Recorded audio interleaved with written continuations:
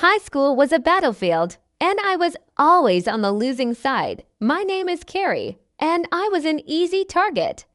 Maybe it was my bright red hair, the way I buried my nose in books, or that I wasn't exactly the most coordinated person on the planet. Whatever it was, the popular girls, led by the infamous Tiffany, made my life a living hell. It wasn't the dramatic movie-style bullying, though there were a few public humiliations here and there. It was the constant barrage of snide remarks, the cruel nicknames, the feeling of being an outsider, always on the fringe of everything. Lunchtime was the worst. I'd scan the cafeteria, hoping to find an empty table, but there never was one. Eventually, I started eating in the library, surrounded by the comforting silence of forgotten stories. Tiffany and her crew had a knack for zeroing in on my insecurities. They'd make comments about my clothes, my laugh, even the way I walked. I tried to ignore them, to pretend their words didn't sting, but they did. They chipped away at my self-esteem, leaving me feeling small and worthless. I wasn't completely alone. I had a few friends, fellow outcasts, who understood what it was like to be different. We found solace in our shared experiences, our dreams of escaping high school and building lives where we'd be accepted for who we were. Still, those years left their mark.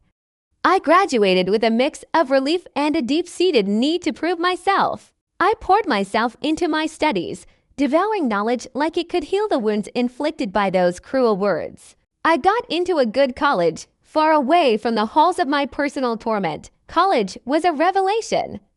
Surrounded by people who were passionate about learning, who celebrated individuality, I began to blossom. I joined the debate team, where I discovered I had a voice, a powerful one. I learned to argue my points, to stand up for what I believed in. I even made friends, real friends, who loved me for who I was, not in spite of it. After college, I worked tirelessly, fueled by a desire to make a difference. I started a small tech company with a focus on accessibility software. I wanted to create tools that would empower people, regardless of their limitations. The company grew, slowly at first, then exponentially. Years passed. I got married, traveled the world, and built a life that was fulfilling and meaningful. I never forgot those high school years, but they became a distant memory, a chapter in my life I'd closed. Then, I got a call. It was from my high school, inviting me to be the keynote speaker at an alumni event. I was hesitant at first. The thought of going back to that place, of facing the ghosts of my past, filled me with a strange mix of dread and curiosity. But then I thought about the message I could share, the chance to show those kids that things do get better. I accepted. The night of the event, I was backstage, a knot of nerves in my stomach.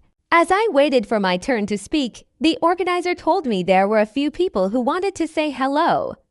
I tensed, my heart pounding in my chest. And then I saw them. Tiffany and a few of her old crew stood there, looking awkward and uncomfortable. Tiffany stepped forward, her smile hesitant. "Carrie," she said, her voice softer than I remembered. "It's been a long time." I nodded, my mind racing. I didn't know what to say. Double quotes. We wanted to congratulate you," she continued. "We've been following your career, and you've done amazing things." There was an uncomfortable silence. I could see the lines of worrying etched on their faces. They looked older, worn down. Life, it seemed, hadn't been as kind to them as it had been to me. Then, one of them spoke up. "Actually, we're here because ... well, we need your help." They went on to explain that the town was struggling. The economy had taken a downturn, and many people were out of work, including them. They had heard about my company and were hoping I might have some connections, maybe even some job opportunities. The irony of the situation wasn't lost on me. The girls who had once made me feel worthless were now asking for my help. A wave of emotions washed over me: anger, satisfaction, and then something else, compassion. I took a deep breath. This was my moment. Not to gloat, not to seek revenge, but to do something meaningful. I told them about my company, about our expansion plans. I told them I couldn't make any promises, but I would see what I could do. I gave them my card and told them to send me. There were zooms. As I walked onto the stage that night, I looked out at the audience, a sea of faces, both familiar and new. I told my story, the story of a girl who was bullied, who felt like an outsider, who had to fight to find her place in the world.